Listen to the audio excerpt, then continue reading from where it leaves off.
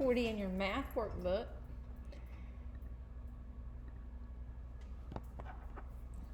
Now, if you're watching this video, and make sure that you've already completed this on your own. This is to see what you know, and these are the skills that you're going to need in this module to help you.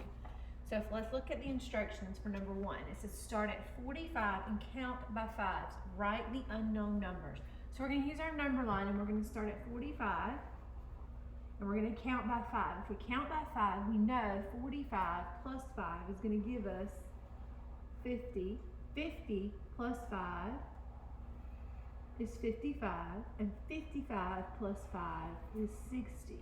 So to show that, if we write the number in our patterns, we would have 50 and 55. All right, now let's practice using arrays. This is a skill that you've already done before, so this should be easy for you. Number 2, it says use the array to find the product. How many rows do we have? Remember that a row goes across, so we have 1, 2, 3 rows. And in each row, we have 1, 2, 3, 4 squares.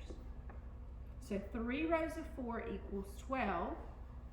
And then to write an equation to show that array, we would say 3 times 4 equals 12. All right, let's do number 3. How many rows do we have? 1, 2, and in each row, we have 1, 2, 3, 4, 5 squares.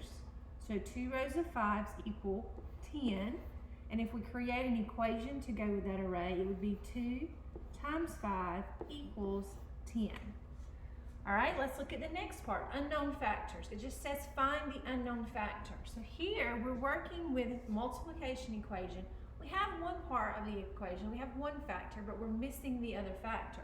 So what are we going to do to find that missing factor? Well, we're simply going to think about division. We're going to use those inverse operations. So if we know that one of our factors is 7, we have 42 as our product. If we say 42 divided by 7, we need to know a multiple of 7 that would give us 42, and we know that that's 6. So you would just simply say 7 times 1 is 7, 7 times 2 is 14. All right, if we continue, 5, what is a multiple of 8? That would equal 40. The answer is 5. 5 times 9 would be 45.